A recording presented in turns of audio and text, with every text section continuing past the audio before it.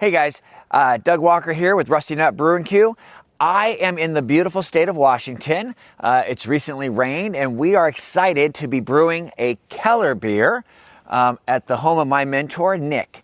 We're going to be doing a faux decoction today and we'll describe that a little bit later in detail. But let's go ahead and jump on in.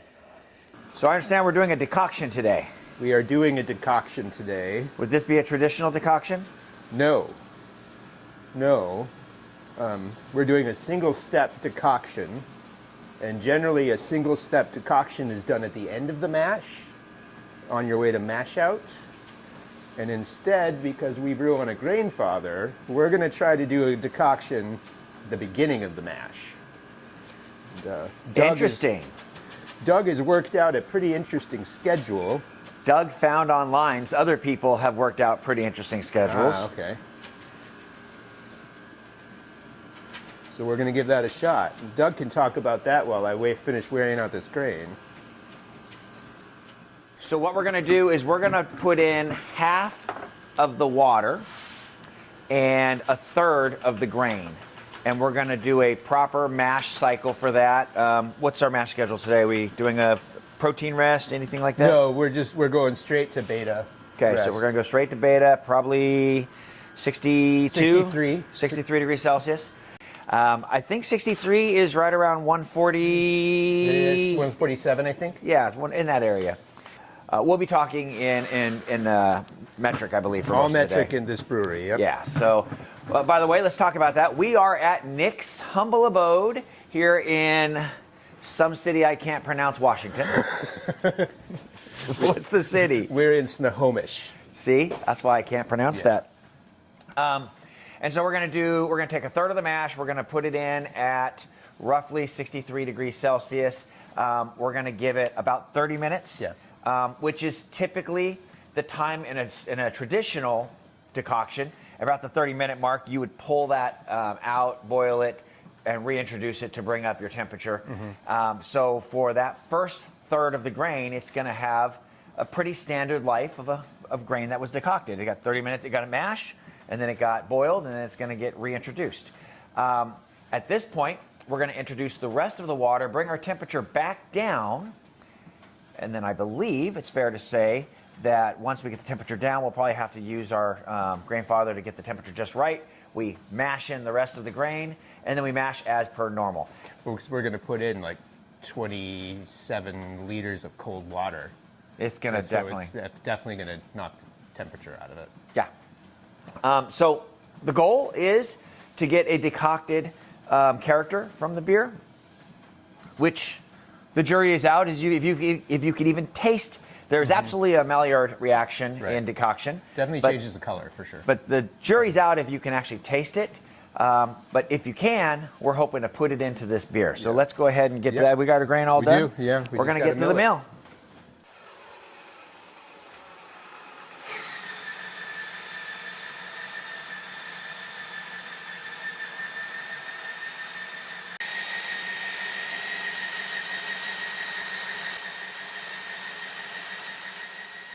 Nothing like waiting for water to heat up. Yeah, this is the exciting part. Yeah, first brew on the new one, on the replacement. It's too early, but you're supposed to be drinking a beer while you do these videos? I'm not yet, but... Yeah, I typically, I don't go out of my way to drink on the camera. Yeah. Typically, I'll wait until we get into the boil.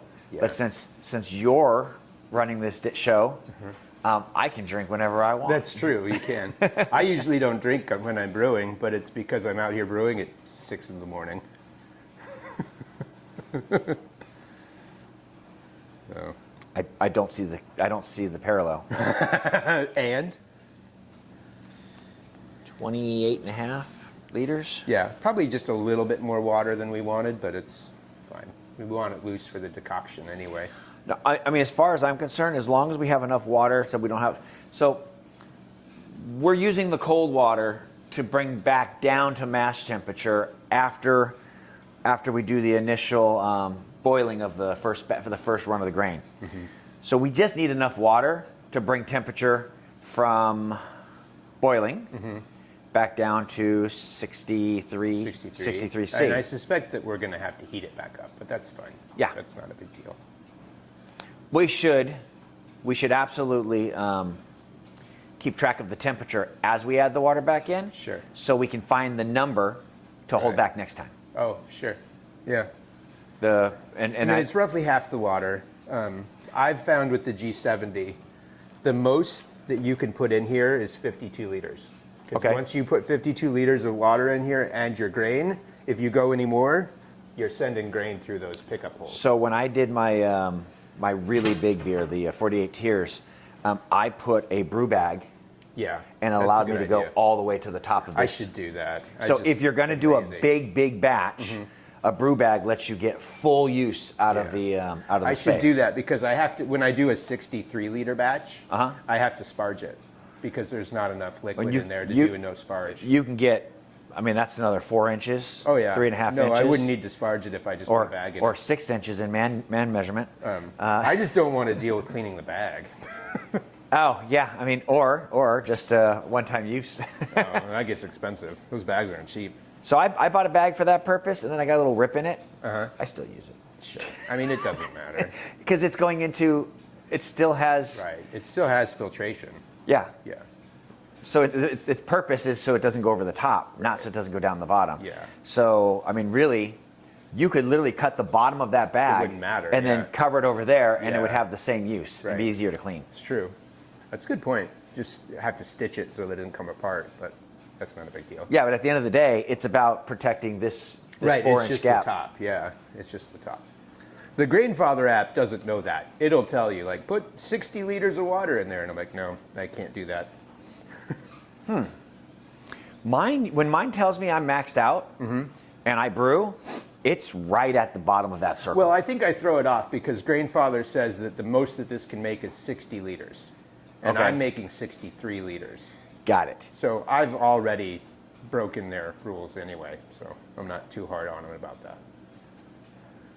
Well, I do the same thing, but from my end, it's in the boil. I make that up. So I basically I hold that water back and I put it in at the boil. Yeah, but I do 63 Which is a liters top because off. by the time I put it into the bright tank, I will get 3 full kegs out of it. If I do 60, then I get 2 kegs plus whatever.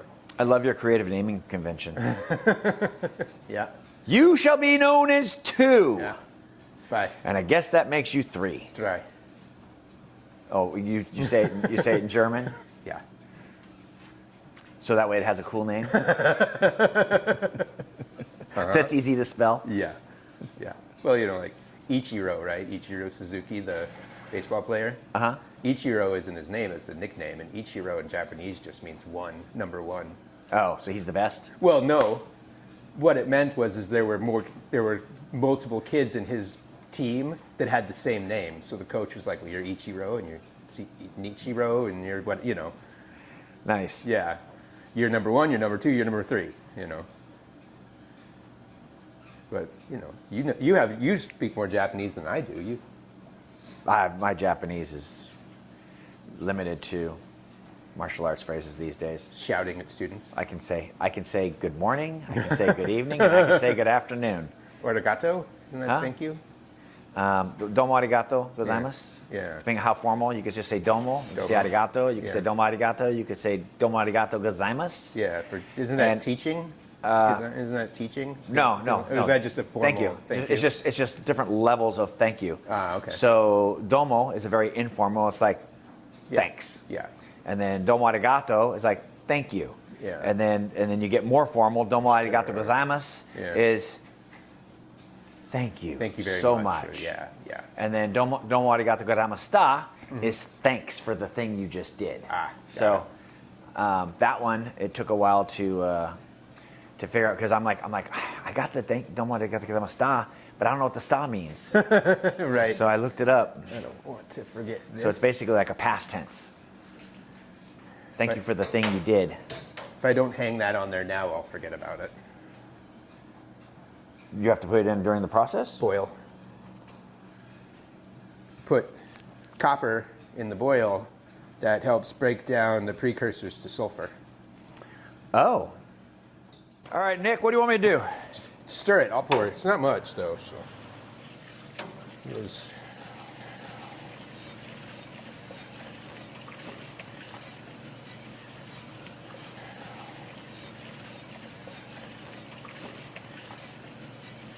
Half of the water and a third of the grain, right? I think that's what we did. Okay. Yeah. All right, I think we're ready. All the grain, there we go. It's good to go.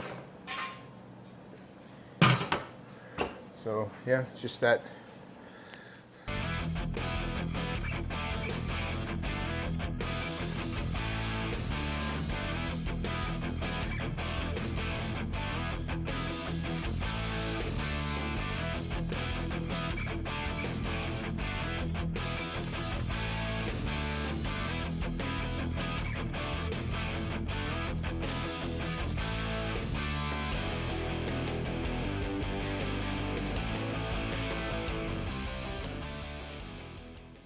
Let's recap. What are we doing? What are we at? Well, so we finished the decoction, and then we ran through a standard mash program after that. So we did a beta rest at 63C, which is like 145. They can look it up. Yeah. And then we did an alpha rest at 71C. Got it. And then we did a mash out. The post decoction, after we mashed in the rest of the grain, the pH was 5.6. That's not bad. Yeah, so I added 10 mil of lactic acid, 88% lactic acid, and it brought it down to 5.2. So I noticed that, it's an interview. So I noticed that the first third of the grain got the beta rest, never got an alpha rest. It didn't get an alpha rest. So we only did the beta rest on the first third, and then on the second 2/3, we did a beta and an alpha. Yes. Would that be similar to had that grain been pulled out? If that first third, had we been doing a standard decoction, would it have been pulled out at the first rest and not had the second rest? There's a lot of decoction schedules. Got it. There isn't a decoction schedule because there's decoction schedules that motion light is motioning. I'm like, I think my cataracts just kicked in. Like you can have a decoction schedule that favors attenuation. You can have, but wasn't it kind of depends. But a decoction traditionally was used to step up. Right. So that was pulled out if you wouldn't be at the stepped up number. It would be at the lower number. It'd be at the lower number. Okay, yeah. so we still could be in a traditional decoction process by not giving that first one the Like if you did a kind of a standard Bavarian triple decoction schedule, you would have stepped through all of those temperature ranges in the process of that. Yeah. There's the color. Oh, our first wort hop. Gonna toss that first wort in. Nick, tell us about a first wort. Well, depends. The Germans and the Brits like to argue about first wort. What I like about first wort, I think it gives a nice soft bitterness, but it also gives a fair amount of hop flavor that you don't get in a normal boil edition. It's also good for boilovers. It puts a little hop matter in there, so if you have trouble with boilovers, first wort edition can help you with that too. But honestly, with this beer, it's done mostly around tradition. Did I hear you correctly that it's going to give you a softer bitterness? Yeah. We will also, so this is going to be a 75-minute boil, and we will do a 60-minute hop edition as well. Doug's going to add the recipe to the show notes, or to the video notes. So. Doug might add the recipe to the show Doug notes. Might, yeah. So Nick, sometimes, well, let's back this up. So you've had a lot of experience, and so Nick has done a lot of experimental brewing for R&D for a local brewery and a couple other breweries. Yep. So he's got a lot of experience, and I noticed that we don't have a sparge tank here. We do not. So if you were to sparge, how would you be doing that? Cold water right out of the filter. And in your experience, have you done any experiments to test whether or not that has any kind of an impact? I have not done any defined, documented experiments, right? So it's nothing. It's all anecdotal. It's all anecdotal. I have not seen any change in efficiency. The only thing it seems to affect is you're putting cold water into the boil pot, so it takes a little bit longer to heat up. Okay. But I believe the science backs up. Yeah. I know that you can get astringency at certain pHs. Right. The temperature and pH have to both be right. Right. Yeah. So, and if you're topping off, you wouldn't top off with hot water. You would top off with cold water. So, what I'm saying, folks, is I believe you can sparge cold. I do too. I said it. I said what I said. Yeah. Because I think sparge water temperature is more a factor of your brewery than it is a necessary or needed for mash efficiency. Got it. Like some of the breweries that I've worked with in the past, their boil pot was pretty inefficient. And if you were adding cold water into that system, it would have dramatically affected how long it took to come to a boil. Got it. So it's a process of time management. Yeah. And in a brewery, time is money. Yeah. In a home brewery, time is another beer. Right. That's true. Where are we at? We're at 42. So yeah, we'll put. And so our goal here is to finish at what? 46? 49. 49. Oh, 49. So I typically in mine, do 46. 46 in the kettle gets me 2 kegs. Yeah. Because I don't know about the G70, but the G40, it leaves very little behind. The only thing I'm leaving behind is the 1.5 liters that's in the right. The chiller on mine. Now your chiller's massive. Bigger. Yeah. So it's quite possible that if you're putting 49 here, you're losing another liter at least in that chiller. So I want 49 to 50 liters. What does that get you in the fermenter? Well, I'm going to work that out. So that leaves at the end of the boil, that gives me about 46, 47 liters left. And by the time I'm done, I'm getting about 45 into the boil. But none of my... Oh, I see. Okay, so... Yeah, because I'm accounting for the loss in the chiller and and this is fair. So when I do, with my G40, so I do a lot of 10-gallon batches, and I like to finish with 44 to 45 liters. Now, it should be noted that you can only boil in a G40 about 46. That's top. Yeah. So with the boil-off rate, you're going to be less than 44. So I tend to hold back a little bit of the liquid toward the very end, and then I will top off a little bit in that last 5 minutes. Right. And then that kind of helps pull me out of the boil and get me down. Actually, because it's a 75-minute boil, Grainfather wants 51.5 liters pre-boil. Okay. Yeah. So yeah, I play with that a little bit on mine. I will absolutely we won't max it out, and then when I boil down, if I need to. So what I do is I like that lever at the end. Is if I'm trying to hit a 1048 and I hold back a couple of liters, when I do that last check, which 5-10 minutes before we're finished with the boil, I can determine, do I need to add a little bit more liquid to hit my number? Do I want to add a little less to hit my number? And then that's that lever that I pull. Yeah. But I want to have at least 44 post boil. Right. So that it goes, so that I get about.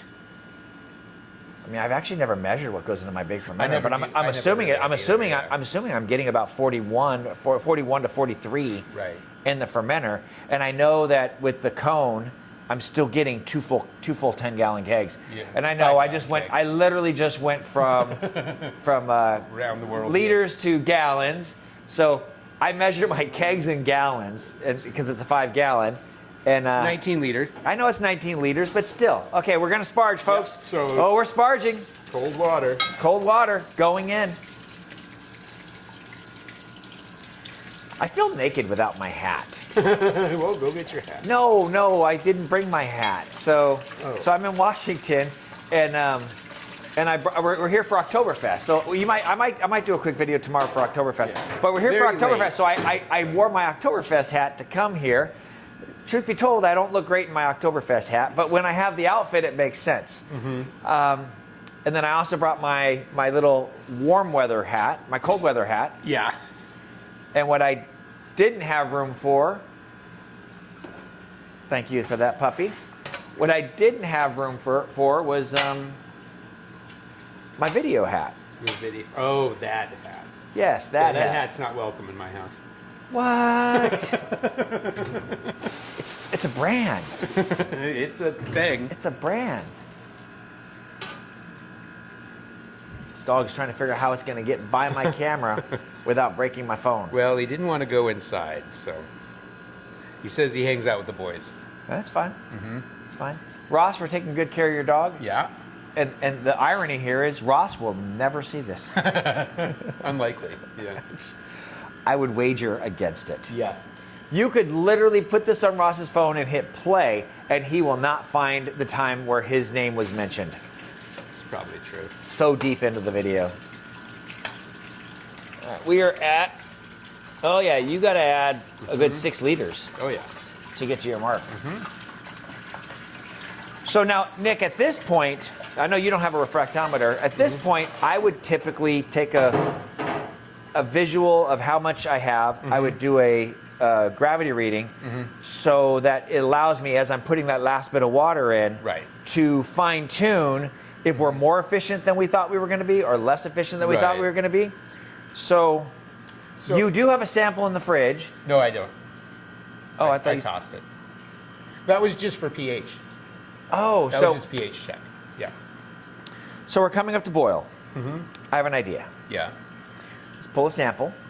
We're at 77C. So I'll show you what I normally do. Because at this point, if we knew the gravity and we know where we're at, then we could calculate what we want to finish at post boil, Right. and then we could back into that number with the remaining of sparge. Because 6 liters is a lot to add, and then find out that you have to boil longer. So here's how I handle that. Okay. You're right. We could have pulled a sample as soon as the sparge was done, and I've done that before. Remember, he is my mentor, and I am breaking the mold. This system is very, very consistent. Okay. I've not had a 45-liter batch that wasn't somewhere between 75 and 77%. Okay. Every time. So, And you do a lot with pH adjustments. So I don't do as much pH adjustments, and so I have a lot more fluctuation from light beers to dark beers. Because I just don't do that. So like you Grainfather said 51.5 liters pre-boil. So my general operation is that means that I'm only going to put like 49. So you always hold back a little. I always hold back a little bit, and then we'll check the gravity. Okay. Because I know I've got to get liquid in there to boil anyway, right? Because you boil off a gallon an hour. So if that's your goal, you were at 46.2. Yeah. So I did the first 4 or 5 times I brewed on the G70. I did do what you were talking about, and I found that it was just unnecessary. Got it.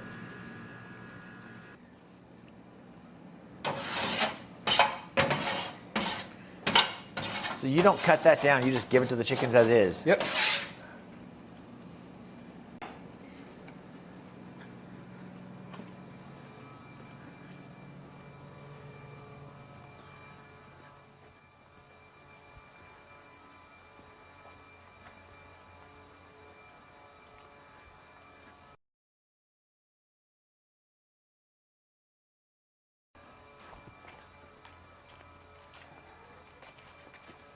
Where's the other lady?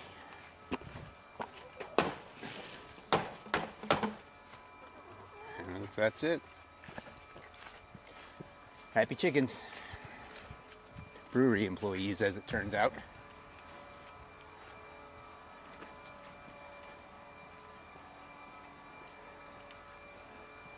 Kenai.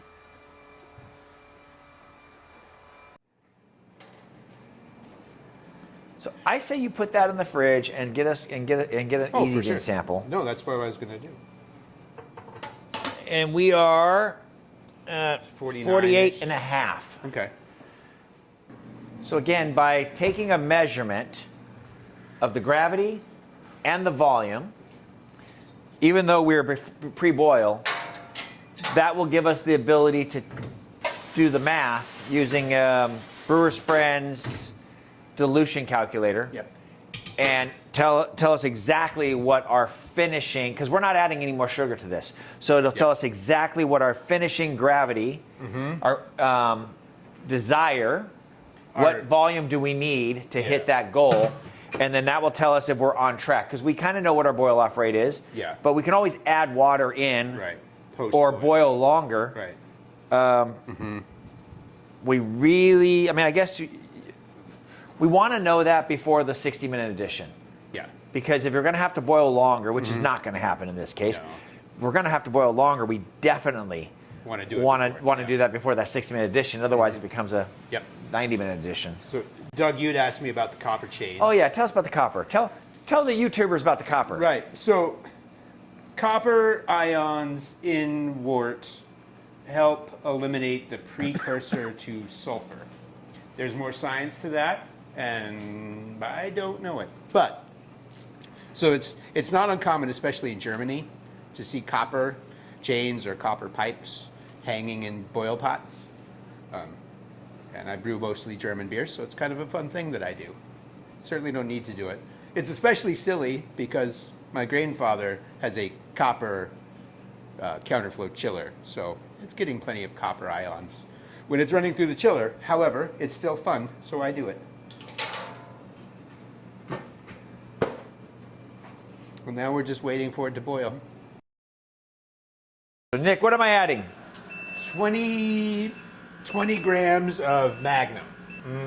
Yeah. Bow, bow, bow. Riveting video. Okay, so let's recap. Our goal was 12 Plato, 1048. We landed at 12.5, 1050. And earlier, we made a decision not to add in the extra water because we felt like we were fine, but we probably we didn't know where the decoction was going to leave us. We could have put in that extra 2 liters and probably got to exactly 12, but the point is the decoction hasn't changed our efficiency whatsoever. Our decisions changed our efficiency a little bit, but the decoction is doing what it's supposed to be doing. We haven't had any negative impact on the grain pre-boil or the grain post-boil, and that's really the big test that we're doing today. And so I can't tell you if this is going to taste like a decocted beer, but I can tell you that all the grain converted as expected. And that's half a win. It was a very long brew day, though. It was, absolutely. So we knocked out. We're in the fermenter. We've gotten it down to pitching temperature. We're at 9.9 degrees centigrade. Our target is 10. So it's ready to pitch. So we've got 3 packets of White Labs. What are you spraying that with? This is isopropyl alcohol. Kills all the things. And we're pitching White Labs 4030 Fraconian dark lager yeast. I'm not so worried about the dark part. I wanted Fraconian yeast.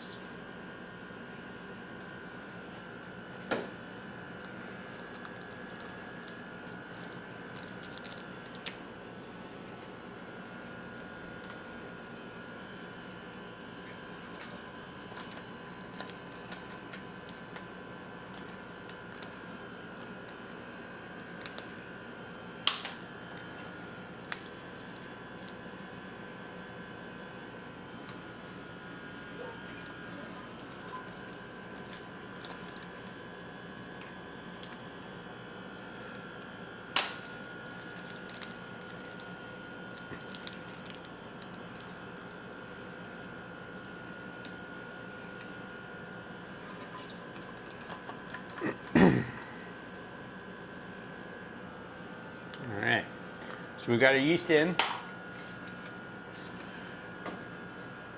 We're fermenting at 10 degrees centigrade, which is about 50 degrees Fahrenheit, and we'll hold that temperature until the beer is about 70% finished, 70% to target final gravity, at which point we'll turn off the glycol, we'll let it start to warm up, and we'll also spund it. This spunding valve is wide open, so there will not be any pressure on this fermenter right now. It's just going to be, it'll push out.